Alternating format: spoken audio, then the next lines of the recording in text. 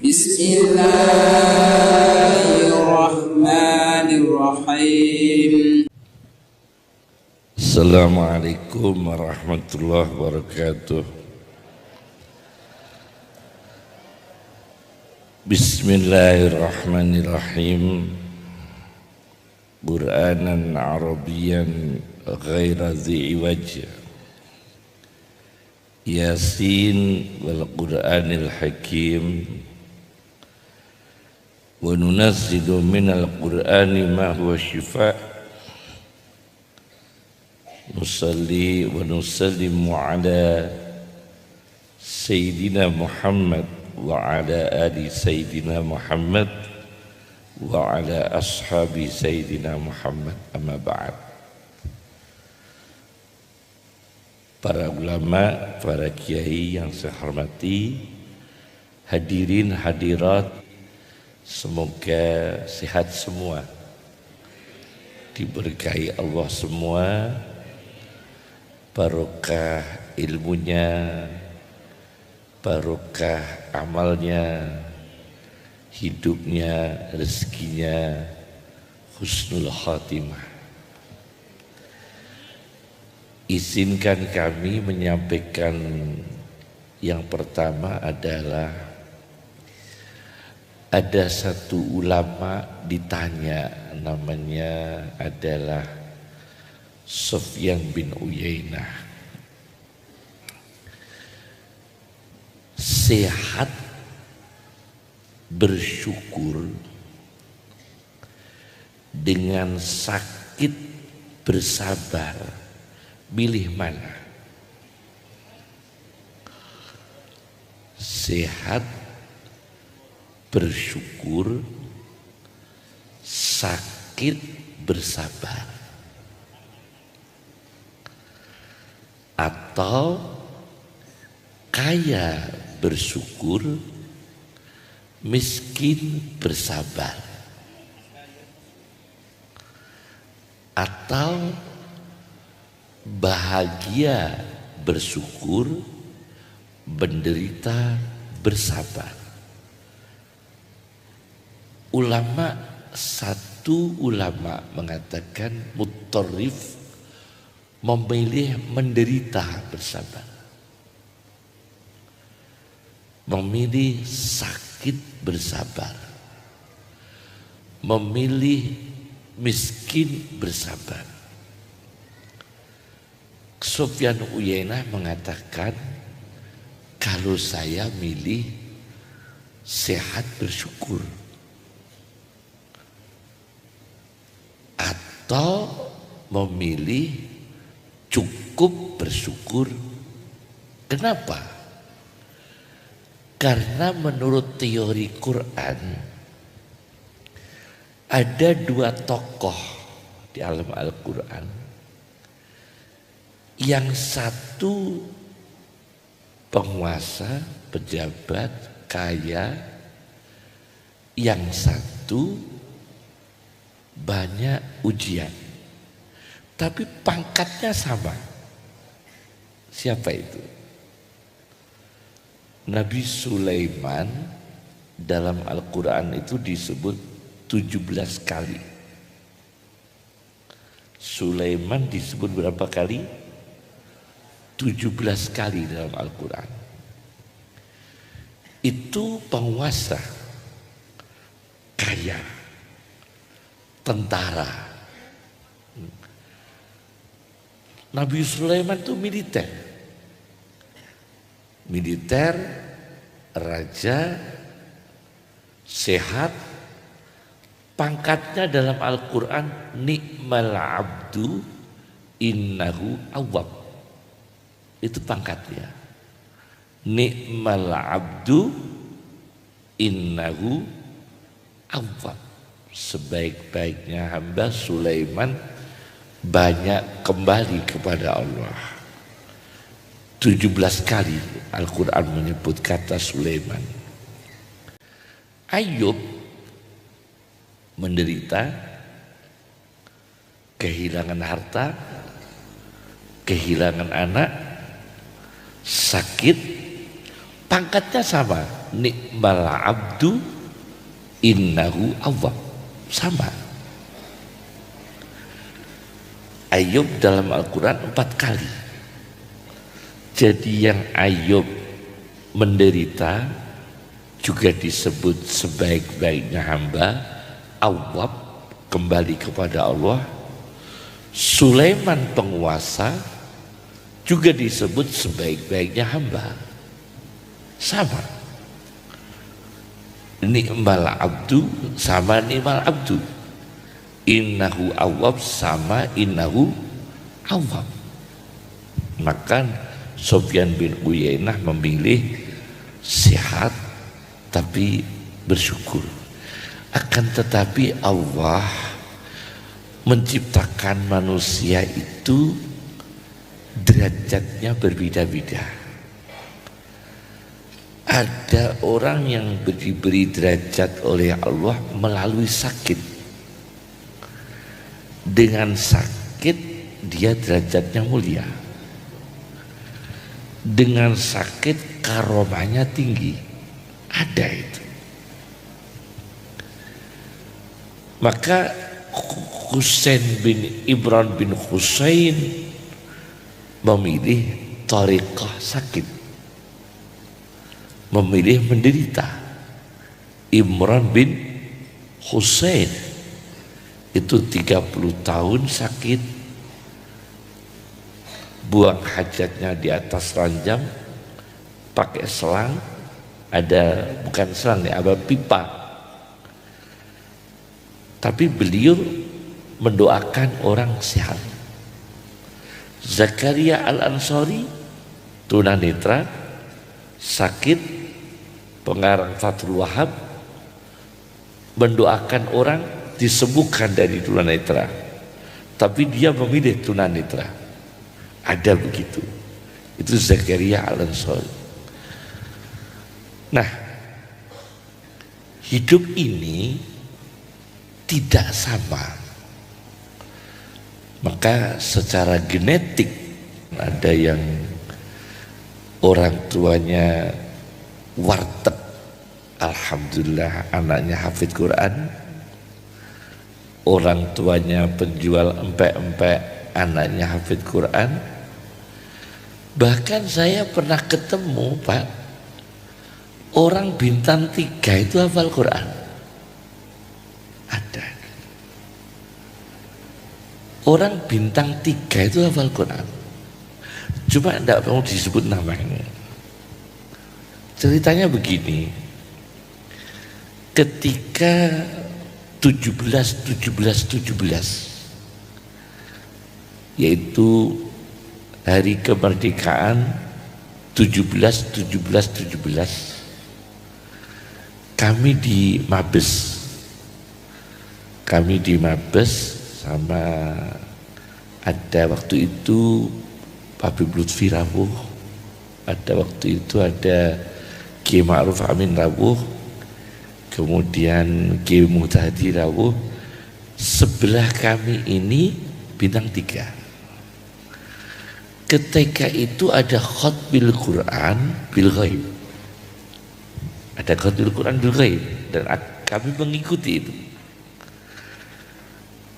Ketika khotbil Quran itu bergantian mic-nya kan bergantian. Ada yang juz 3. Sebelah kami ini bintang 3 itu bisa melanjutkan ayatnya. Ketika mic itu diganti apa itu hafid yang lain, juz lain, dia juga bisa mengikuti surat juz 15, juz 12, juz 7, juz 28. Ini orang bintang 3 bisa mengikuti. Berarti ini tidak bisa, kalau nggak hafal nggak bisa. Dan itu persis di sebelah kami. Saya lihat namanya Bajawa, Jenderal bintang 3, berarti legend. Ternyata ada yang hafal Quran, tapi tidak mau menterkenalkan diri sebagai jenderal yang hafal Quran. Luar biasa. Kami di Freeport, Brimob itu banyak anaknya yang hafal Quran, disekolahkan Quran, dimadrasahkan Quran. Anak-anaknya Brimob dimadrasahkan Quran. Subhanallah, di Indonesia ini orang awam masih ngaji. Maka Indonesia ini adalah negeri yang paling banyak orang cinta agama. Orang yang paling banyak cinta Al-Quran adalah bangsa Indonesia. Cuma data terakhir pengguna Al-Quran digital itu Indonesia di bawah Kanada. Jadi orang lihat Quran pakai digital itu Indonesia masih jauh. Lebih banyak bangsa Kanada membaca Quran pakai digital. Berarti bangsa Indonesia HP-nya nggak pakai Quran, dipakainya TikTok,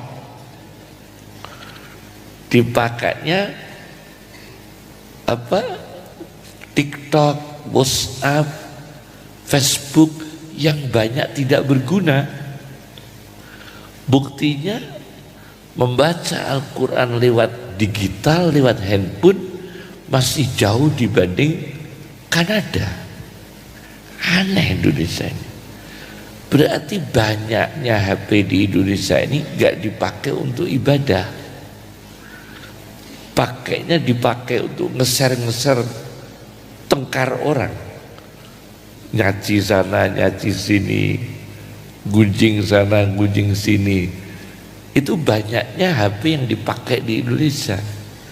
Tapi bangsa Kanada banyak HP-nya dipakai untuk baca Quran. Kan aneh ini. Maka kita diberi ilmu oleh Allah, teknologi, kata Al-Quran, wa yahluqu ma la ta'lamun. Allah menciptakan teknologi yang periode kalian belum mengetahui. Jadi begitu. Wa yahluqu ma la ta'lamun. Allah menciptakan teknologi yang generasi kalian ketika Al-Quran itu turun kalian belum mengetahui.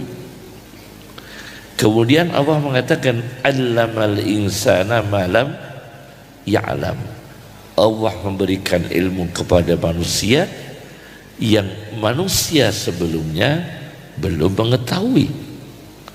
Berarti ilmu ini terjadi dinamika, perkembangan, tatawur, terus berkembang ilmu itu. Nah, ternyata perkembangan ilmu oleh manusia itu harus disikapi dengan bersyukur kepada Allah.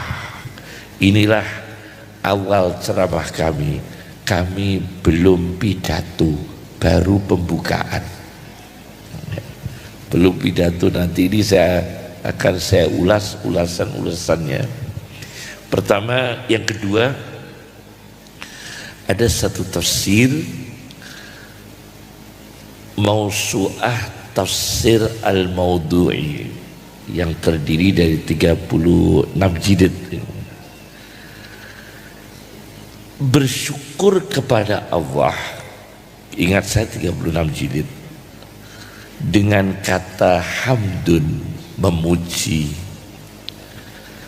Ternyata dalam Al-Quran hamdun itu tidak semua memuji Allah, tapi ya memuji Allah semua, rata-rata memuji Allah, tapi ada yang tidak.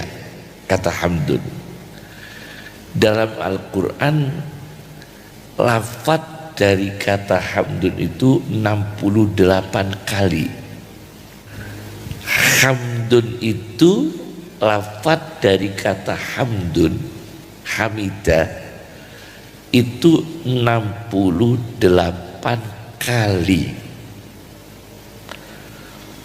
Ada fi'il mudhari'nya dalam Al-Quran, dari kata hamdun yang fi'il mudhari'. Wa yuhibbuna ayyuhmadu bima lam yaf'alu. Juz berapa? Juz 4 ya, surat Ali Imran ya, surat Ali Imran. Wa yuhibbuna ayyuhmadu bima lam yaf'alu. Orang yang suka dipuji atas prestasi yang tidak terbukti. Nah, tidak baik. Dipuji alim padahal bukan alim. Seneng diundang alim padahal gak alim. Ada Basul Masail di Mekah. Bolehkah orang tidak alim diundang kiai? Hal yajuzu talqibu syahsin bi'alim. Wong gak alim diundang kiai itu boleh tidak? Ulama memutuskan tidak boleh. Nah ini, kalau nggak alim diundang kiai itu ulama dulu nggak boleh. Sekarang ini kan enggak, mengalimkan diri, bikin konten sendiri, dijawab sendiri, ditanyakan sendiri. Maka dulu orang nggak alim disebut alim itu sedih. Jadi dulu Pak, namanya orang pidato itu pasti alim. Generasi dulu. Kalau di Jakarta orang penceramah itu alim. Habib Salim Jindan, zaman Pak Soekarno, ulama dia. Habib Salim Jindan. Tentaranya atau polisnya alim juga. Siapa itu? Ya, yang ngajar tafsir itu, ngajar tafsir yang dari tentara itu. Siapa? Bukan sudah wafat. Qasim Nursiha. Iya. Qasim Nursiha ya. Qasim Nursiha. Itu tentara ya. Tentara kan mengajar tafsir. Jadi dulu penceramah itu alim. Nanti kalau di daerah notabene ulama, di Rembang Kiai Haji Bisri ulama, penceramah ulama. Di Blitar ada Kiai Yasin ulama. Nanti di mana-mana ulama. Nah itu grade-nya begitu. Jadi mereka ini terhindar dari suka disebut alim padahal gak alim. Wa yuhibbuna ayyuhmadu bima lam yaf'alu. Yang kedua ada Al-Quran memuji itu dengan bentuk af'al tafdil. Ahmad, ismuhu Ahmad. Ahmad dalam Al-Quran satu kali. Ahmad dalam Al-Quran satu kali lebih terpuji. Di juz berapa Ahmad? Surat apa? Sof ya? Di surat apa? Di surat Sof. Surat Sof. Ahmad, yaitu Rasulullah namanya Ahmad. Dalam Al-Quran Ahmad itu satu kali lebih terpuji. Jadi misalnya Al-Quran, setelah hafal dia memahami. Kata Al-Ghazali, Imam Ghazali itu mengiman kita waktunya habis untuk makhraj, tidak paham isinya. Itu Imam Ghazali sangat marah. Itu dituangkan dalam kitab Ihya Ulumuddin di bab Al-Mukhtarin, orang-orang tertipu. Jadi termasuk tertipu adalah orang yang bertahun-tahun makhrajnya ketat, tidak dimanfaatkan memahami isinya. Jadi Imam Ghazali mengatakan tajwid tetap wajib, baca Quran bertajwid tetap wajib, tapi jangan sampai melampaui batas, tidak ada waktu untuk memahami isinya. Sedikit-sedikit tetap baiknya memahami isinya. Karena apa? Kalau hafal itu menurut Ibnu Sina, menurut kedokteran Ibnu Sina di dalam kitab kedokterannya Al-Qanun fit Tibb, orang yang suka menghafal itu, menghafal, otaknya itu mengering. Kalau menghafal terus, otaknya itu kering. Tapi kalau pelajar itu memahami, otaknya itu lembab. Rutubatud dibah. Kalau dipakai hafalan, yubusatud dimah, otaknya mengering. Itu kata Ibnu Sina.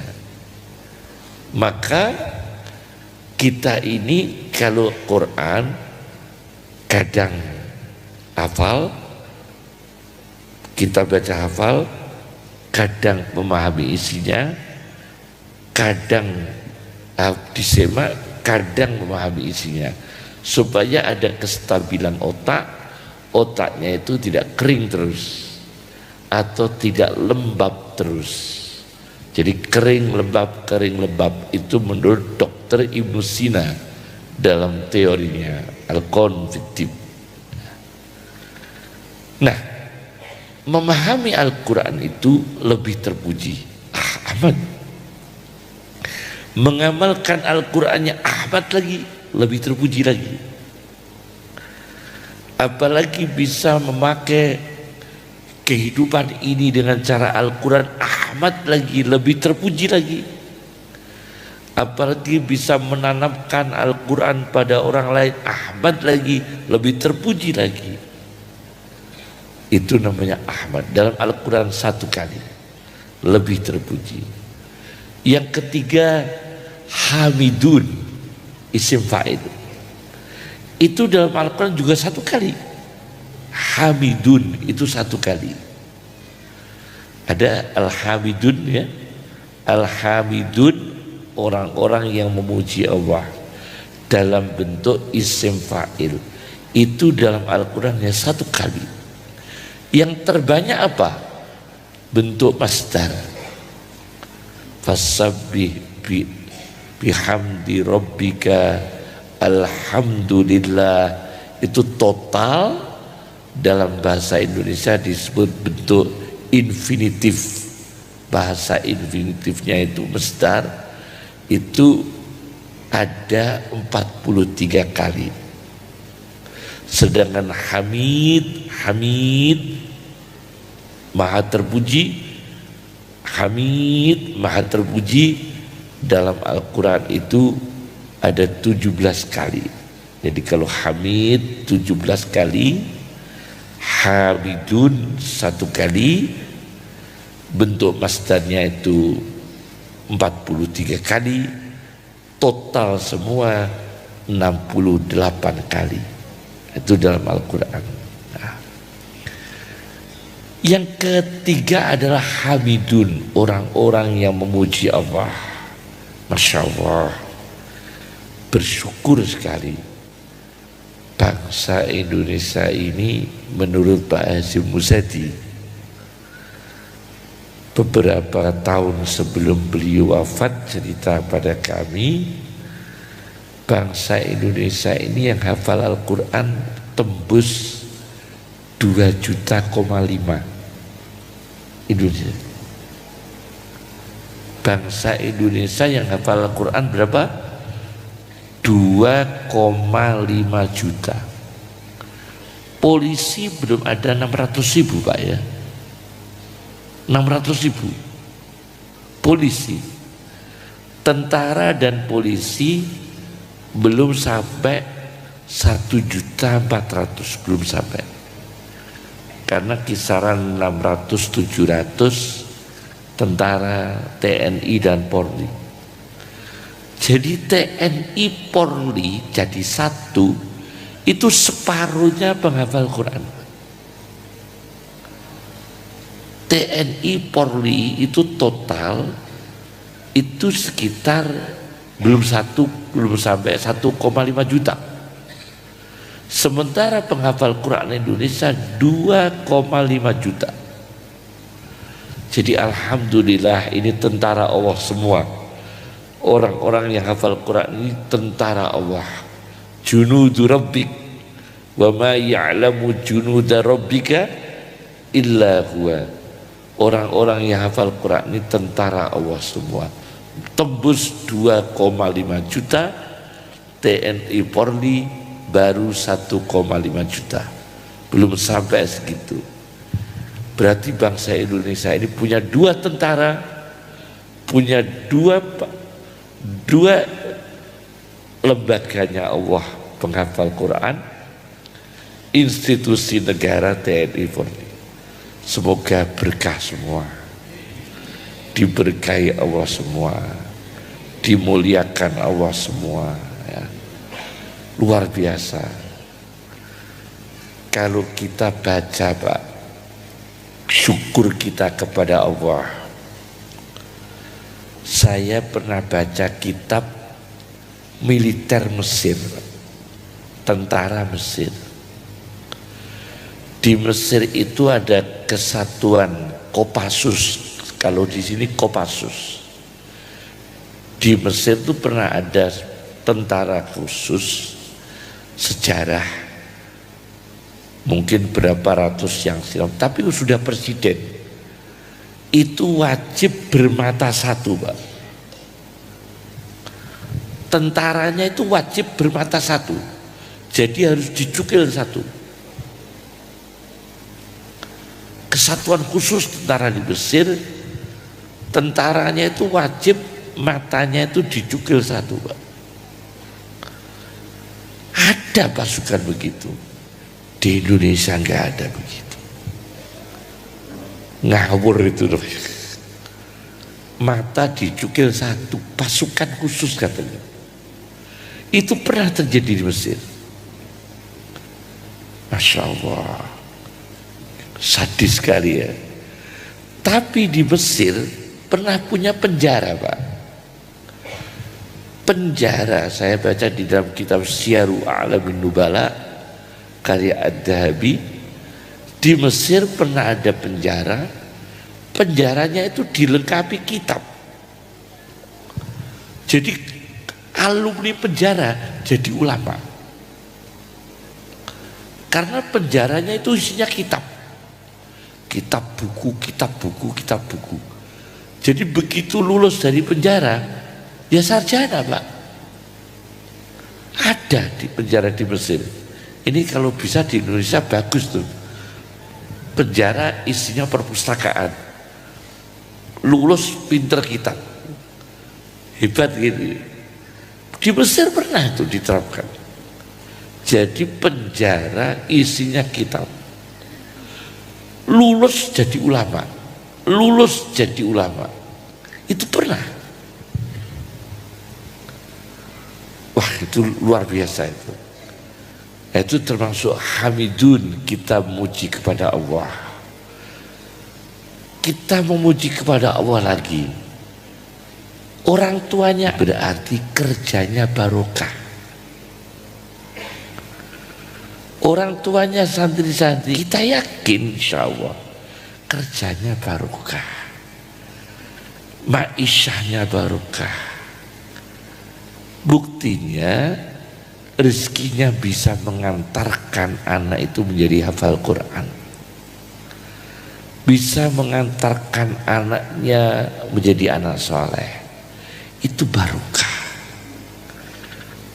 itu indikasi yang real, tanda yang real. Kerja, mencari rezeki, anaknya hafal Quran, Masya Allah. Sampai ada orang kampung, Bu, saking senengnya Quran itu ngasih nama sampai keliru. Ada orang tua anaknya tak tanya ibunya itu, bapaknya anak ini namanya siapa, Bu? Kafirin. Namanya siapa? Kafirin. Orang-orang kafir. Akhirnya saya ganti, jangan ya, mukminin. Jangan kafirin, diganti apa? Mukminin. Nama kok kafirin? Itu saking senengnya Quran, lihat-lihat terus dipakai, kafirin. Ada lagi anak pinter SMA di Pati itu, ibunya tak tanya, namanya siapa? Muhammad Dirgahayu Merdeka. Itu namanya. Namanya siapa? Muhammad Dirgahayu Merdeka. Saking senengnya sama negara, hubbul waton, seneng Rasulullah pakai Muhammad. Pas lahirnya itu hari kemerdekaan, maka diberi nama Muhammad Dirgahayu Merdeka. Ada orang kampung kaya bikin tempat ibadah, wakaf dan bangunan, dikasih nama, saya yang resmikan. Namanya siapa? Apa Pak bangunan ini? Afwajan Fasabi. Ada itu. Ada namanya Afwajan Fasabi. Masya Allah. Saking senengnya kepingin punya bangunan untuk Islam, cari nama kok bingung. Tuh delok kok Afwajan Fasabi. Ya sampai sekarang namanya tempat ibadah musola seperti masjid, musola Afwajan Fasabi. Ada lagi orang bikin yayasan, orang awam untuk pesantren. Akhirnya dikasih nama, Masya Allah, namanya aneh, Ashabun Nar. Ada juga. Akhirnya di blacklist sama Kemenang. Pondok pesantren Ashabun Nar, penghuni neraka. Ada. Ini fakta yang cerita saya Kemenang soalnya. Masya Allah Kiai, orang awam saking senangnya pada pesantren, gawe jengen kok sampai keliru. Yayasan Ashabun Nar, penghuni neraka. Ini berarti kan orang awam seneng sama agama Allah, cuma tidak tahu maknanya, tidak tahu maksudnya. Ini suatu usaha amal yang luar biasa. Hamidun, kita memuji kepada Allah. Kemudian dalam Al-Quran lagi ada Hamid, maha terpuji. Nah, ini bagian yang kedua dari ceramah kami. Yang ketiga, Al-Quran memuji kepada Allah atas perkara apa? Satu, punya keahlian Al-Quran, itu kita memuji karena ayatnya apa, gimana? Alif lam ra, kitabun anzalnahu ilaika litukhrijan nasa minad dhulumati ilan nur biizni rabbihim ila siratil azizil hamid. Nah, hamid. Karena kitabun anzalnahu ilaika, karena punya Quran, ini kita harus memuji. Maka ujung dari ayat itu ila siratil azizil hamid. Alhamdulillah, alhamdulillah. Punya kitab terakhirnya Al-Hamid. Maka kalau ada orang sudah punya Quran kok melirik materi duniawi, itu kata Rasulullah mengecilkan yang besar, membesarkan yang kecil. Au kama qala Rasulullah SAW. Ya, nyun sewu, hafal Quran ini lebih mulia loh Pak daripada jadi anggota MBG Pak. Hafal Quran ini lebih mulia loh Pak daripada menjadi pengurus apa itu koperasi merah putih. Lebih mulia hafal Quran. Lebih mulia hafal Quran. Karena kitab ujungnya siratil hamid ila siratil azizil hamid. Yang kedua, memuji kepada Allah atas ilmu pengetahuan. Itu dalam Al-Quran memang ada dalam Al-Quran. Walaqad ataina Dawuda wa Sulaimana ilma wa qala alhamdulillah. Ya kan? Walaqad ataina Dawuda wa Sulaimana ilma. Nabi Dawud, Nabi Sulaiman punya ilmu. Kemudian wa qala alhamdulillah. Berarti memuji karena dapat ilmu. Memuji karena dapat ilmu Pak. Lu dapat ilmu itu Masya Allah mahal.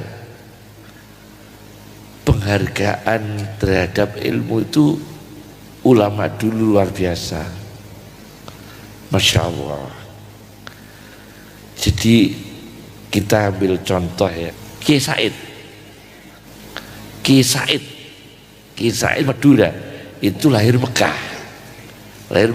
Kami pernah mengisi call-nya, call Kiai Said.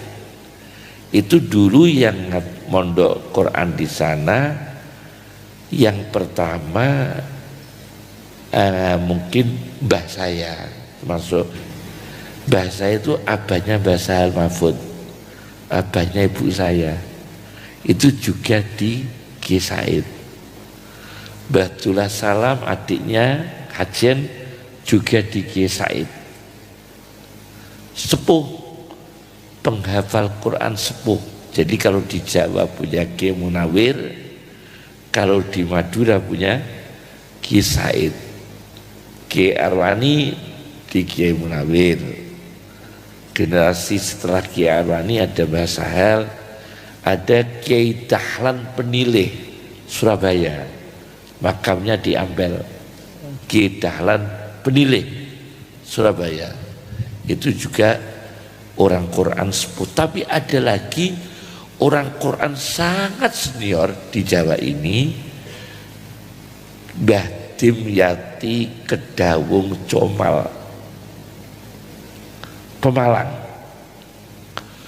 Itu seorang wali lebih tua daripada Kiai Lasem, lebih tua daripada kakek saya, daripada Mbah Maksum, daripada Mbah Betowi, lebih tua Kiai Dimyati Kedawung Comal, tepi jalan raya. Itu ahli Quran sepuh dan wali, terkenalnya wali. Itu orang Quran yang luar biasa. Nah, itu punya ilmu dan rata-rata alim. Ki Dalhar Watu Congol itu dulu lebih banyak ke tafsir ketika ngaji di Mbah Mahfud Termas. Mbah Mahfud Termas itu sebetulnya beliau kan qiraahnya banyak sekali,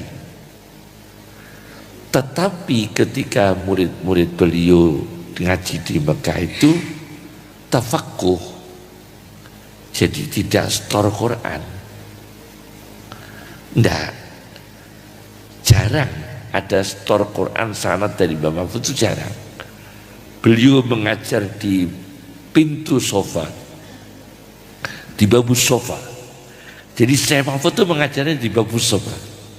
Disitulah Mbah Hasyim Asy'ari mengaji, Kiai Wahab mengaji, Kiai Bisri Samsuri, kakek saya Mbah Dowi, Mbah Abdul Wahab Hasbuwa, Kiai Abdul Karim Lirboyo, itu di babu sofa, pintu sofa marwah itu Syekh Mahfud mengajar di situ. Mengajarnya 2 tafsir, satu tafsir Baidawi, yang kedua adalah tafsir Syirbini. Tafsir Syirbini, As-Sirajul Munir, tafsir Khatib Asy-Syirbini. Mengajarnya di situ. Nah, mengajarnya kadang bahasa Arab, kadang bahasa Jawa. Maka saya masih ngumpulkan, masih saya simpan sasaran utuh dari Mbah Mahfud Termas. Saya simpan tafsir Baidawi, tafsir Syirbini. Saya dulu ngaji pakai sasaran itu, terus dipinjam Gus Naji, nanti dipinjam Gus Naji. Pernah. Jadi kitab kami itu dipinjam Gus Naji untuk dikopi, yang sasaran dari Syekh Mahfud dalam kajian Al-Quran.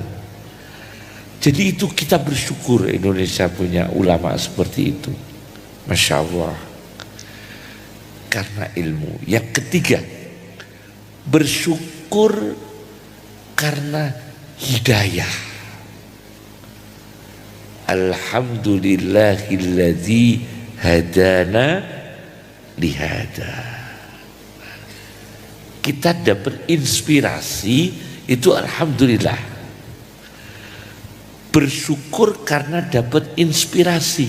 Alhamdulillahilladzi hadana lihada. Kalau tadi kan karena ilmu, karena ini inspirasi.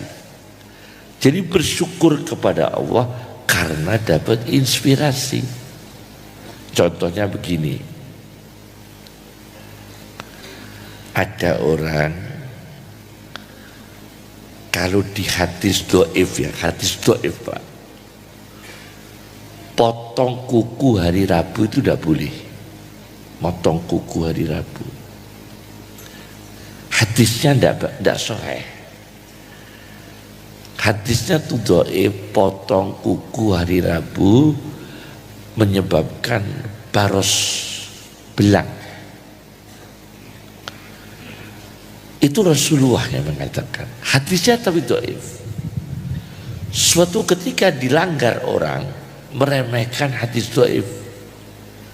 Hadisnya enggak sahih, enggak valid, enggak apa-apalah potong kuku hari Rabu. Padahal Rasul sudah mengatakan kalau potong kuku hari Rabu bisa menyebabkan kulitnya belang-belang. Dia niatnya meremehkan hadis, meremehkan nasihat Nabi. Potong kuku hari Rabu, langsung Pak, belangnya itu keluar, bercak-bercak, keluar belang-belangnya, bercak-bercak. Nah, ini karena meremehkan sunnah. Kemudian misalnya ya, kalau punya akad nikah, menikahkan anak, jangan Jumat pagi,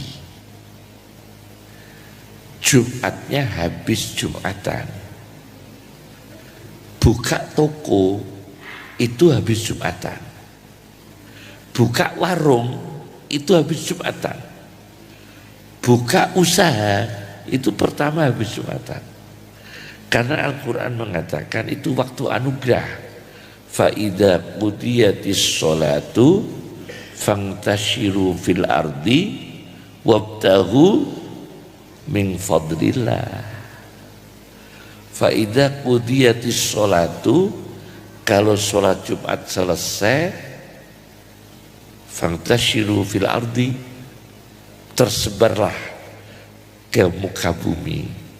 Wabtaghu min fadlillah, carilah anugerah Allah.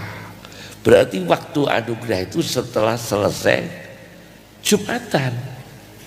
Maka mengakadkan nikah setelah Jumatan, buka warung setelah apa?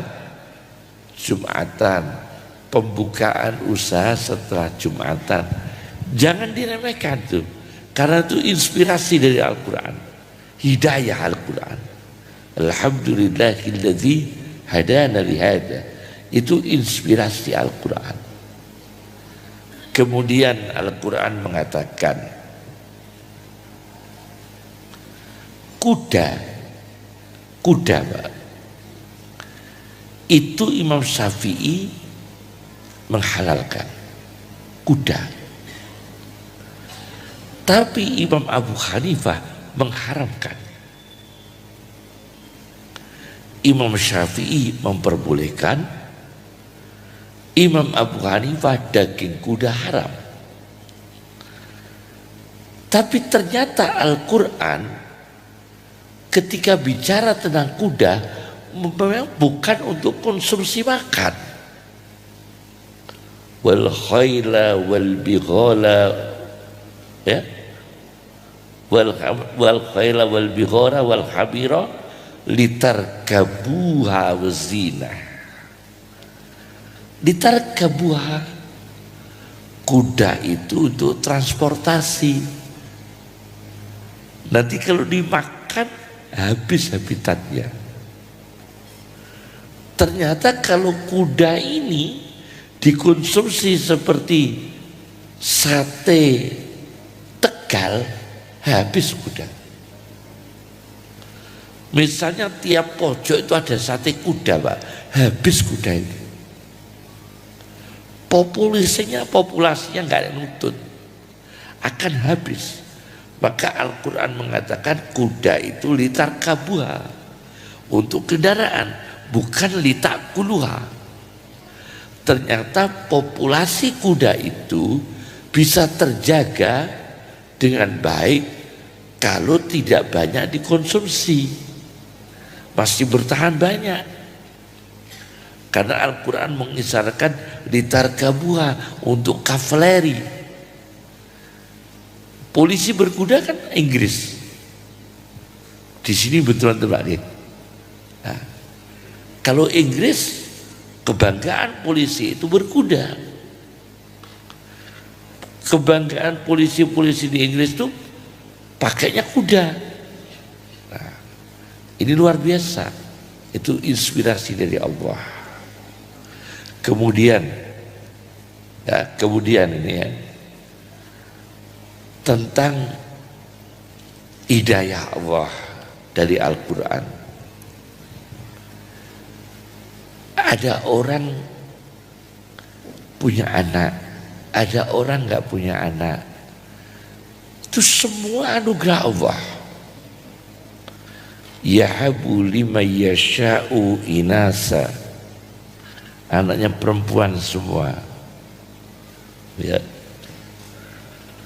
Yahabu liman yasha'u dzukur, laki-laki semua. Yuzawwijuhum dzukranan wa inasa, anaknya ada laki-laki dan perempuan. May yasha'u aqima wa yaj'alu may yasha'u aqima, tidak punya anak. Ternyata demografi dalam Al-Quran, kependudukan dalam Al-Quran itu memang begitu. Demografi dalam Al-Quran, yahabu liman yasha'u inasa, anaknya perempuan semua. Yahabu lima yasha'u dzukur, laki-laki semua. Yuzawwijuhum dzukranan wa inasa, ada punya anak laki-laki dan perempuan. Wa yaj'alu may yasha'u aqima, ada yang tidak punya anak. Itu memang sudah kesengajaan dari Allah Subhanahu wa ta'ala. Allah mendesain demikian. Subhanallah. Itu semua bangsa mengalami, dan Rasulullah sendiri mengalami. Rasulullah punya istri yang punya anak laki-laki saja, tapi meninggal semua. Punya istri yang punya anak perempuan, dipertahankan Allah, punya keturunan sampai sekarang. Beberapa istri banyak yang tidak punya anak. Maka Rasul lengkap. Tentang demografi ini lengkap. Rasulullah SAW lengkap sekali. Nah, inilah hidayah Allah. Jadi kita bersyukur diberi anak perempuan, ya bersyukur. Tidak diberi anak pun kita bersyukur. Karena kita diberi iman, diberi ilmu, diberi anugerah dalam bentuk lain. Inilah namanya alhamdulillahillazi hadana lihada. Yang terakhir, pidato panjang-panjang makruh. Yang terakhir, hidayah Al-Quran. Karena apa? Karena punya keturunan anak-anak hafal Quran. Alhamdulillahillazi wahabali alal kibari Ismaila wa Ishaq. Sepuh-sepuh punya anak, diberi karunia anak. Cuma hati-hati Pak, kesuksesan orang itu mentok 4 kali Pak. Jadi kalau mbahnya alim, anaknya alim, cucunya alim, buyutnya alim, yang kelima ini enggak, biasanya enggak alim.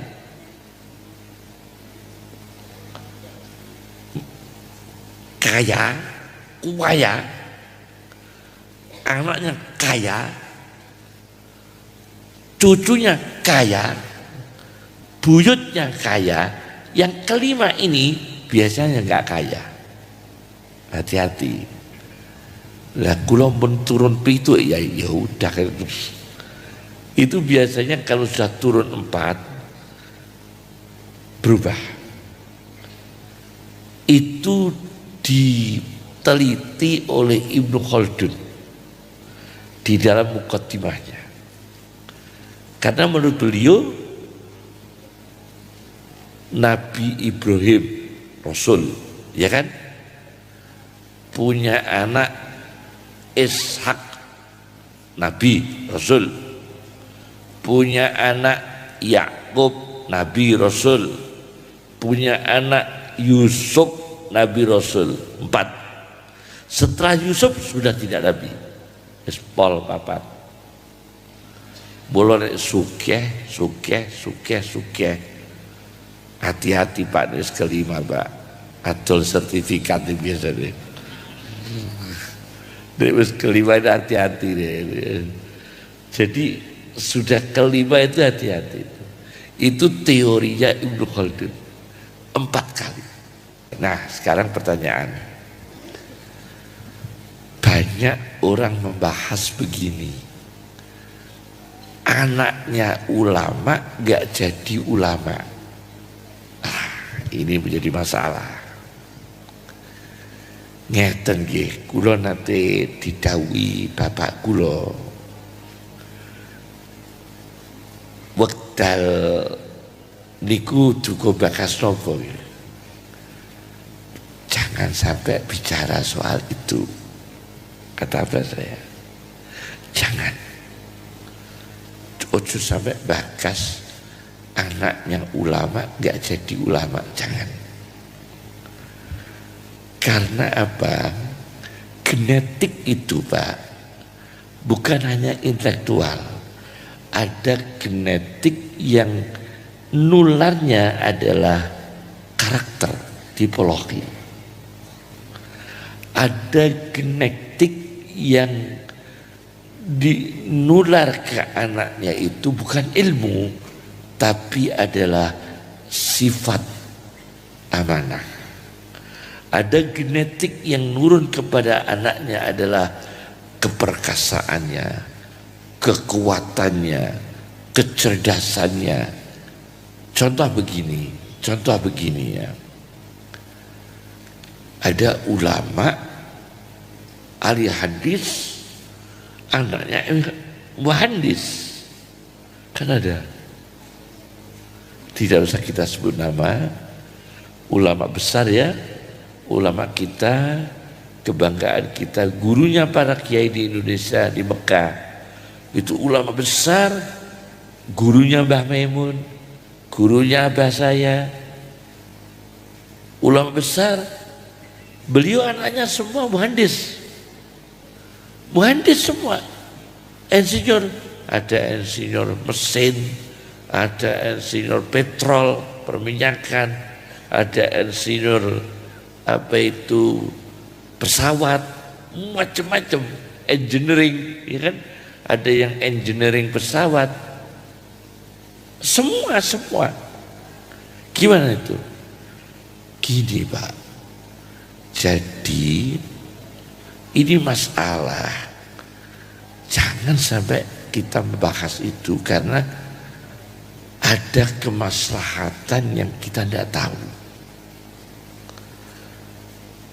Kalau dirun jadi alimnya, mungkin belum tentu alim yang soleh. Tapi kalau jadi insinyur, ketularan solehnya. Enggak ketularan alimnya, karena dia jadi insinyur, cuma abahnya yang soleh itu nular.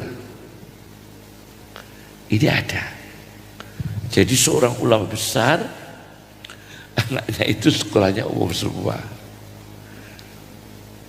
dideplu begitu, departemen luar negeri, di kedutaan. Tapi saya dengar wirai semua. Oh, wirai. Uang haram tidak mau, syubhat tidak mau. Oh begitu. Ini berarti ketularan mbahnya yang ulama soleh itu. Tidak ketularan alimnya, ketularan apa solehnya. Belum tentu ini kalau jadi ulama ketularan solehnya juga.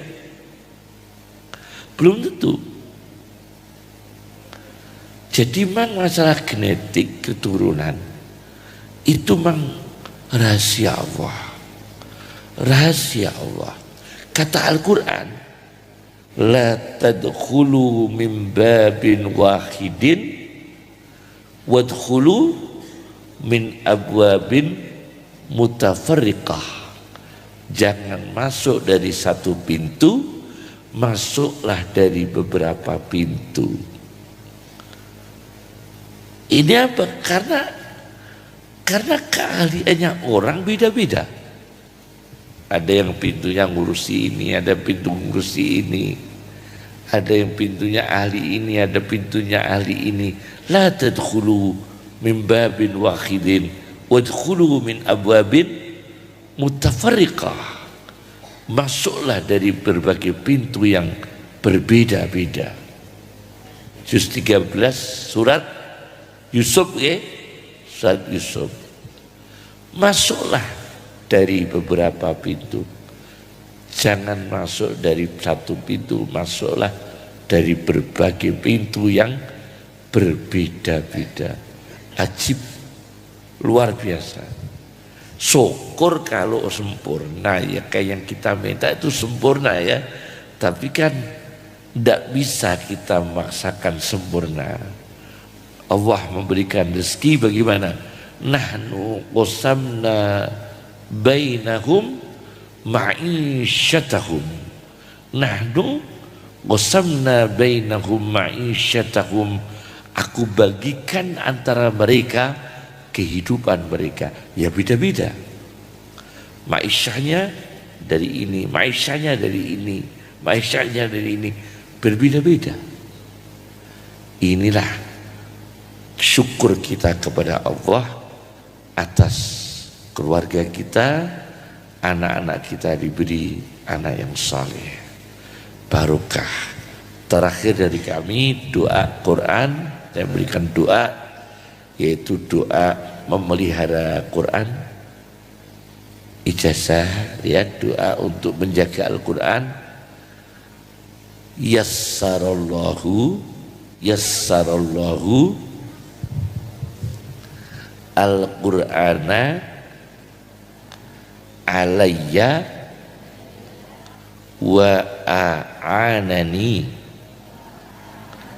ala tilawatihi wa qarraba li kulla ba'id. Yassarallahu, semoga Allah memudahkan Al-Qur'ana Quran alayya, atas diri kami, wa a'anani, dan semoga Allah memberi pertolongan kepada kami ala tilawatihi, langgeng rutin istiqomah baca Quran, wa qarrabali, dan semoga Allah mendekatkan li kepada kami kulla ba'id, semua yang jauh menjadi dekat, semua yang sulit menjadi mudah, yang tidak mungkin menjadi mungkin, yang kelihatannya mustahil menjadi kenyataan. Wa qarrabali kulla ba'id. Ini ijazah Quran dulu kami diambil dari kitab Jami'u Karamatil Aulia Yusuf An-Nabhani. Jami'u Karamatil Aulia karya Yusuf An-Nabhani. Jadi itu ijazah kami dulu ngaji Quran. Tapi ada lagi syarat Quran yang mungkin syarat yang tinggi. Syarat Quran yang tertinggi apa? Saya dapat itu dari ayah saya, Mbah Mansur, dari Mbah Khalil, dari Kiai Khol, dari Mbah Hasyim Asy'ari, dari Mbah Khalil Bangkalan. Itu ada syarat Quran yang aneh. Jami'ul ilmi fil Qur'ani lakin taqassara anhu afhamur rijali rawahul Mustafa an Jibraili anil lauhi anil qalami anil jalili. Itu syarat Quran yang tinggi itu. Itu syarat Quran saya terima dari abah saya waktu itu, dari Mbah Hasyim Asy'ari, dari Mbah Khalil Bangkalan. Saya terus dulu.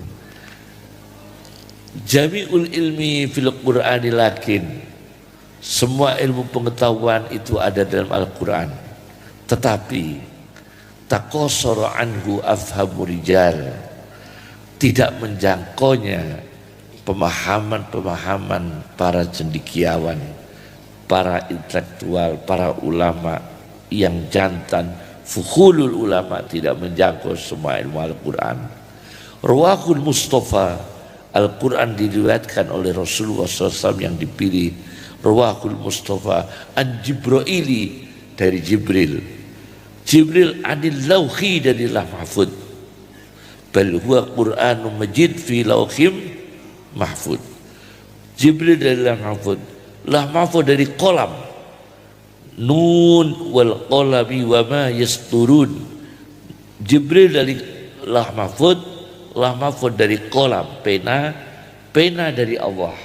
anil jalili, dari Allah yang maha agung.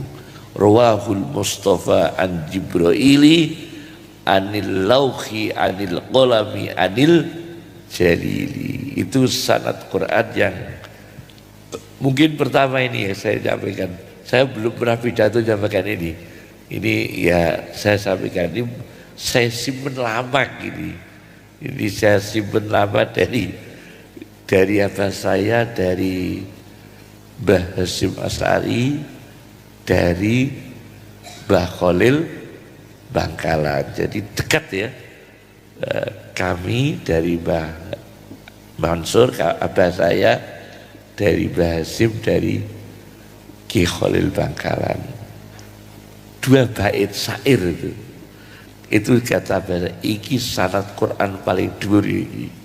Lah hadasanane Kanjeng Nabi Rawahul Mustafa Al-Jibrili anil lauhi anil qalami anil jalili, wis paling dhuwur sanad Quran.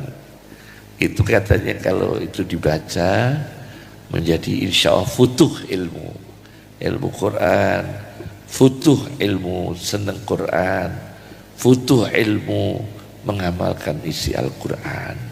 Allahumma akhdina bil ilmi wasayyidna bil hilmi wa akrimna bit taqwa wa jamilna bil afiyah.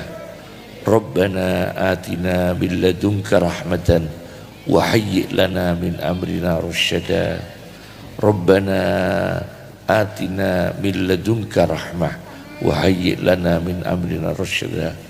Rabbana hab lana min azwajina wa dzurriyyatina qurrata a'yunin waj'alna lil muttaqina imama. Allahumma kama hassanta khalqana fahassin ahlaqana. Allahumma kama hassanta khalqahum fahassin ahlaqahum. Ya Fattah ya Fattah ya Fattah, iftah lana wa lahum fathal futuh, nasrun minallah wa fathun qarib wa basyiril mu'minin ya khairul fatihin. Allahumma ighfir lana ahyaina amwatina wa maghfir lahum warhamhum wa'afihim wa'afanhum waj'al jinana masawiyahum. Allahumma abdilhum diyaran khairan min diyarihim wa aswajan khairan min aswajihim wa ahadiya khairan min ahadihim. Allahumma innahum atawka wa anta khairu ma'munin bih. Allahumma akrim nazilahum wa massi' madakhilahum. Allahumma la takhrimna ujurahum wa la taftinna ba'dahum wa maj'alna waj'alhum ahlana ahlahum zurriyatana zurriyatahum man ma'ana man ma'ahum ma ma'ana ma ma'ahum dunyana dunyahum akhiratana akhiratahum fi kanafillah khifdillah hisnillah ma'unatillah imdadillah syafaati kitabillah syafaati rasulillah sallallahu alaihi wasallam. Al-Fatihah. A'udzu billahi minasyaitonir rajim. Bismillahirrahmanirrahim. Alhamdulillahirabbil alamin. Arrahmanir rahim. Maliki yaumiddin. Iyyaka na'budu wa iyyaka nasta'in. Ihdinas siratal mustaqim. Siratal ladzina an'amta 'alaihim khairil maghdubi 'alaihim waladdallin. Amin. Assalamualaikum warahmatullahi wabarakatuh.